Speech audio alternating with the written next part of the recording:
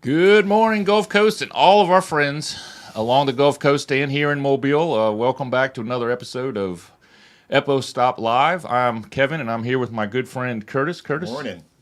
How are you doing this morning, Curtis? It's Friday, right? Yeah. Bigger than Friday, it is December. December what, 2nd? Is it the 2nd? I think it's Am I the keeping second up with day. the days? Yeah. Your calendar they is kind moving. of blur, right? Your calendar is moving. Yeah.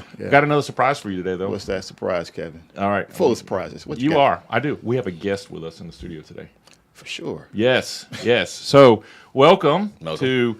As if I couldn't see you earlier. Right? Surprise. The curtain has been removed, and we are joined by a really good friend of ours, a firefighter, John Trenier, who is more than just a representative of the amazing fire department here in Mobile, but also representative of what it means to serve in our community, to be part of the community, and really just to give back through service. And so today we're talking about employing a career mindset in a safer community. And I personally, Curtis, couldn't think of any better person to bring in than John today when we talked about this. Absolutely, and I think it's a great topic, too, to kind of form a conversation around. Yeah. So take just a second, introduce yourself, and share with everybody that's listening and joining and watching. Just what's your story? What brought you here, and how did you wind up in this studio with us today? Well, for those of you joining us, my name's John Trenier. I'm a driver on Truck 17 and Mobile Fire Rescue in Crichton. I'm big on mentorship. I'm big on teamwork. Leadership, and I've kind of been doing a lot of operations with Joshua Jones and mentoring through Charlotte, and I've met a couple of you guys before, so I got the call, and I said, yeah, I think this would be a great opportunity, so here I am. So, really the purpose behind this is, and Curtis and I actually had this conversation this morning, is really just to be in a position to lay breadcrumbs. And what I mean by that is to be able to forecast, not just have a conversation, but to be able to lay the groundwork for where we're headed and what we want to accomplish, and then use this podcast as an opportunity to inspire people to help accomplish that. And so when I think about that, and I've seen you at several of the community events, and I think that it's amazing. And I know this podcast may have been started with this idea of how let's talk about law enforcement, or let's talk about law enforcement in the community, and it's really not. This podcast was created to make our community and all of our surrounding communities as safe as they can be, the best that they can be, and to bring the tools and resources. And that involves all of us. If it takes all of us, it involves all of us. And matter of fact, thinking about all the guests we've had, very few of them have been from the law enforcement sector, and most of them have actually been from the public service sector. And clearly, firefighting is one of the paramount oldest professions around. And something that I can't think of any other way to describe other than service. Right. So, what does being a firefighter, first and foremost, before we get into the community, what does being a firefighter mean to you? It's the world. My dad was a firefighter. My grandfather was a firefighter. My uncle was a firefighter. So it's a big family tradition. I work alongside with law enforcement a lot. So a lot of times we get confused with law enforcement. A lot of people don't actually know what we do. 90% of what the Mobile Fire Department does is actually medical. Fires are rare. Building construction's changed. So we do, a lot of times when we see people, it is the worst day of their life. Right. So it's nice to be able to go in and make the situation better. And you can see in real time, from the moment we show up and the interventions we can do, how someone's day can be, go from the worst day of their life to a little bit better. And John, how does working in the community look to you? Because again, you mentioned some people confuse you with being law enforcement, right? Right. So from your vantage point, what does working and serving the community look like to you? like I said, we work alongside with law enforcement a lot. It's whether it be, a fire scene, which can be anything from, something on fire in a microwave to we got to get grandma out, to a cardiac arrest. We work in people's houses. I mean, we go into your house. So it's a lot of it is very hyper negative situations. I don't want to be a buzzkill. We don't have any buzzkills in here, do we? We don't allow Not at those all. things to happen. So. No, a lot of times you don't get to see the initial making the situation better, I guess. Right. It's very much like a 4x1. You're familiar with track and field. I hand the baton off. I hand the baton off. A lot of times we get there, the police are already there. So, okay, we've inherited a situation. Now the best thing I can do is stabilize this patient, keep them okay, stop them from getting any worse to the point where paramedics can get there with a higher level of care. Then they transport that patient to the hospital where they can get some nurses and some doctors and inevitably save their life. But I mean, you're describing something that at its core really speaks to this concept that everybody plays a role. It takes all of us. Right. I think that you mentioned something there that just totally intrigued me, and that is that sometimes people in society, in our communities, feel like what they're doing, their small little role, isn't significant enough to make a difference when they don't really see the perspective of how their role really took something from a situation, and even if it handed it off to another, but it was a vital. Without that chain link, the chain isn't together. And so what you're saying is just your daily job responsibility puts you in a position to inherit a situation that you didn't create, Exactly. and to stabilize it and even make it better for the next person to come along so that they can do their job. I mean, that's essential. You're Right. mitigating. He's mitigating things. He Yeah. has to go in and triage. You're triaging situations that you, like you just said earlier, you're going into after someone has already been there. And you don't know if the interactions between that before coming were good or bad. Right. You only know that there is a condition in which you have to try to do your very best to mitigate so that you can get that person to the next level of care. Right. So I'm going to go off script here for Okay. just a minute. Not Sure. that we have one, No, because this let's is certainly free foaming. keep But it I organic. mean, okay. So if the idea of like the buzzkill was one angle, let's do the opposite. Like, what's the most memorable day that you can think of where you walked out and you're like, and that's why I signed up? Like, I'm sure you have those days all the time, but like, where you're like, okay, this is what. And maybe it wasn't a house fire or even a medical call. Maybe it was a community event or whatever. Like, was there a moment where you just realized you're like, man, this is the coolest job. This is the coolest thing. And I'm so glad that I apparently followed in your family footsteps and did this. Or do you have those moments all the time? I try to not check up. Okay. Because a lot of times it's better just to leave it. Once you pass the baton on, I kind of continue with the metaphor. Yeah. It's better to just leave it. I mean, there's been times when, without violating any laws here. Well, we don't want to do that. We don't want to do that. There's been witnessed arrests where you walk in and they're talking to you, and all of a sudden, oh, now they're not. Yeah. Right. So being able to work with some great guys who can recognize that, and a lot of times I'm assisting. I can't do a lot of the interventions paramedics can do, but I'm familiar with a lot of the operation itself of a cardiac arrest, and being able to assist that and get them from a ROSC and actually get them to the hospital where they ultimately did live. That's what it's. That's awesome. You talk about being that person that's there in front of someone or helping someone in that most stressful moment in their life. That's the Right. most critical moment in their life. You're doing a lot of extraordinary things right now with youth while they're in crisis. And I would love to hear you speak on why. And I can only imagine why. I mean, you've seen a lot. Right. And you know that there are a bunch of young people out there, as well as adults, that are in crisis. Right.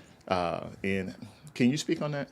Well, from the perspective of the fire service, a lot of things that we do when we are called inevitably to the scene, it's very reactive. It's very after the gunshots go off, after the bleeding starts, we have to save the situation or improve the situation.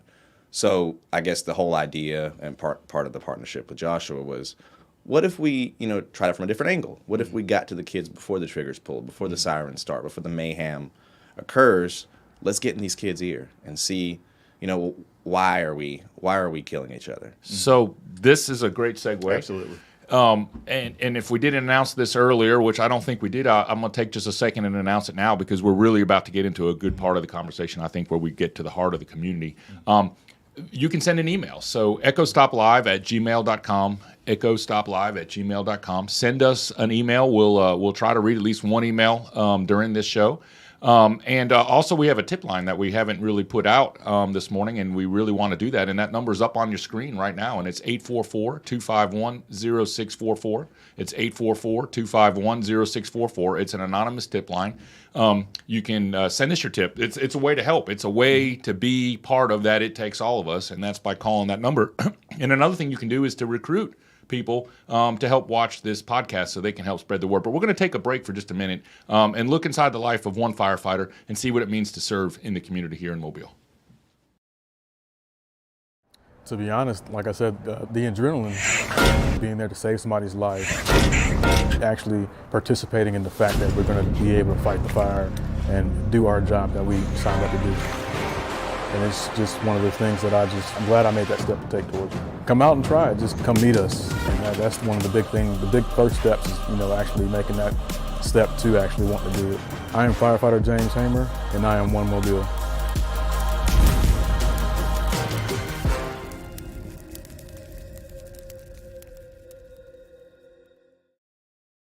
And I guess I'm not really supposed to say that kind of excited me just a little bit, because some people that I work with might get mad. But there's just something. I mean, there's really something cool about being able to serve. And I'm just going to be honest, just from my own perspective, and I'm sure Curtis can chime in the same way. When somebody's having their worst day, and you see that part of their day multiple times a day, Right. that can take a toll on you too. Right.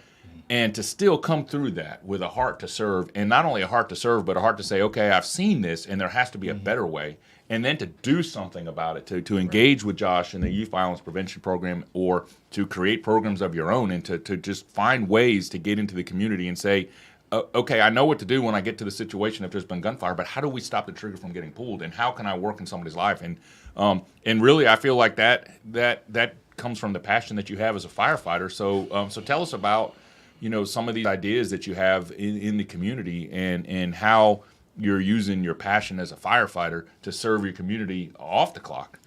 Well, the whole it was kind of a brainchild between me and Joshua, because I always wanted a way that I could get to the kids beforehand, and I ended up running into Joshua through Charlotte, and we got to brainstorming on a way that we could make this a proactive thing and brand it and make it an official program with the city. And we spitballed back and forth, and we eventually came up with the idea of Brothers in Blue, which it's basically a way for us to get to these children, because it's not a secret, the majority of the gun violence in Mobile are teenagers, and we're killing each other, and young black youth specifically. And we can get into hip hop music and all that. And for anybody who's listening right now, I mean, I'm a fan of hip hop. I'm big fan of hip hop music, but it's fictional. If you just like if I was to watch an Arnold Schwarzenegger movie and he's doing all that, that's not the way the real military is. And it's important to understand that and set that down and leave it behind, because we're killing each other. And nobody wins in that situation. No, and I would say this. I would say that it takes a special, dare I say, unique person or people to engage youth where they are, because we can talk about the different things. We can talk about brain development. We can talk about cognitive behavior. We're not about to have an SRP moment, are we? Things. No, we're not. We're actually not. We're going to pause on that for a second. Okay. But we're going to talk about, young people don't want to know how much you know. Right. Until they know how much you care. Right. And we need people who have the ability to communicate that with young people, because everyone's not set up to do that, because a lot of folks are old school. Right. Old school says what? This is the way it is. Yep. This is the way it's going to be. Nothing's going to change that. That's like hitting a cinder wall and expecting to actually see a dent in it with your forehead. It's not going to happen. So what you guys are doing is extraordinary, because it really takes a special person to actually engage youth where they are and to get them to actually see you and see that you care about them, so that you can then get to the heart of the problem. Right. I mean, okay, so taking this whole track sort of analogy that we got, this relay race that we're handing off this baton, and really changing that into even the I want to ask you something in a minute about like sort of the recruitment process to become a firefighter, but even going back to that prevention. I mean, if somebody said to you as a firefighter that you could help prevent 5 fires and that you didn't have to respond to a single one because you did the prevention, would you find satisfaction in that? I mean, yes, it's always, of course, you train every day for that inevitable situation. So that's the time we get to do our job. So, but the prevention piece, of course, it's yeah, of course. That's so. I guess my metaphor going into your analogy going into the community is what you're saying, and when you the Brothers in Blue and the engagement piece for you is prevention. It's all prevention. If we do the prevention, we're trained for the worst day, and we'll still get those calls because the world has its events that happen. But the reality of it is if we can stop one of those events from happening because of 5 days of prevention, then in the community, especially with youth, and I mean, and they're young, and it may take years. It will take years. It took us years to get here. SRP moment. SRP moment. In that moment, you just said it. You said this. You said prevention will help us reduce the need for enforcement. Yes, but you're the Sir Robert Peel guy, so I can only use the analogy, But no, what you say is correct, and that's what I hear about it. So let's talk about preparation for just a minute, because there may be hopefully some folks watching today, and they're like, "Hey, okay, this firefighting thing sounds really cool. I've been looking for a way to serve my community, and part of the thing that we want to do with this podcast is show people different ways they can serve with the community. So what does the recruitment process look like if you know? Well, believe it or not, I'm actually a recruiter. So okay, there's no coincidence. Imagine that. So like the first step in becoming a firefighter, if no one's familiar with the fire service, we have what's called a CPAT. So the way the CPAT starts, we're going to put a weight vest on you. We're going to put you on a treadmill. You're going to stay on that treadmill for a few minutes. After you get off that treadmill, we're going to pull a little bit of weight off you. You're going to have to advance a line, pull some line, carry some saws, raise a ladder. It's all a timed event. Go through a maze. But the whole test is to see if you can physically stand the rigors of being a firefighter on a fire scene. It's a mixture between cardio and strength. There's the big, strong, buff guys, they got a little strength to do it, but no, the endurance, and, skinny guys who ran cross country, you may not have the physical strength. Right, you may not have the physical strength to do it. So it's a perfect mixture of both. And I've seen guys come through, I mean, huge, big, buff guys. You're like, oh, that dude's gonna kill it, fall out. And I've seen guys in cowboy boots pass it.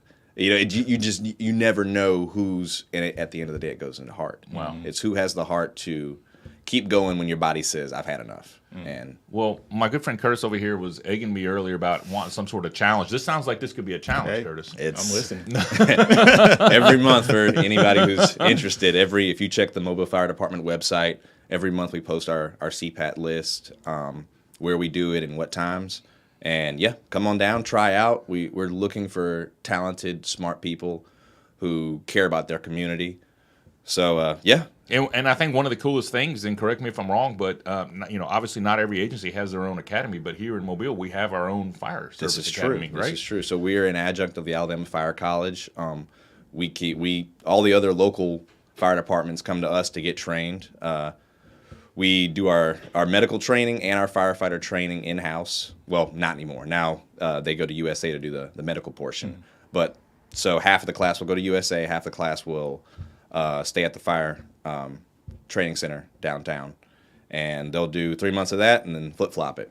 So world-renowned training available right here along the Gulf Coast in the city of Mobile. And you get paid to do it. We will pay you to become a firefighter. You'll get all your certifications completely free through us, and you make a You make money doing it. Yes. Well, so it's time let us answer a question here. So I'm going to hit my screen and see what question they sent to me. And so today we have a question from Mr. Charlie in the community, who's retired from the Air Force. And he is asking, and he says, in my day, so Mr. Charlie, in your day, you shared a passion for your country and community with young people, and many would join the service, law enforcement, fire departments right out of school. What are we doing today, essentially, is what he's asking, to empower youth in the community who may be more concerned with themselves than the community? How do we empower people to see the benefit of helping the community? That's a great question. Curtis, I'm going to let you take the first dibs at that, because guess what? When I read the question, I get to do that. Yeah, I know you like to do that. So let's Mr. Charlie, first of all, thank you for your service in the Air Force, and thank you for sending us a question today. But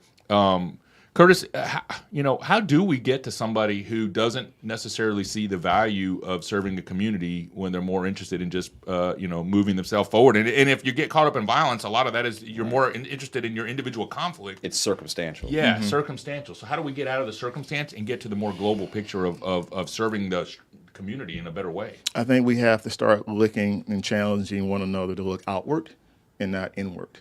You hear me talk about this all the time, the outward mindset.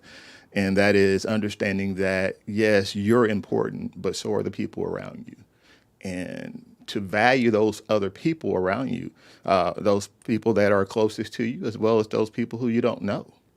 And as you develop that keen sense of understanding, then it starts to kind of chip away the selfishness of who we are oftentimes inherently, and makes us realize that there are much bigger things than us, and that we can actually do a lot more for ourselves by doing things for others.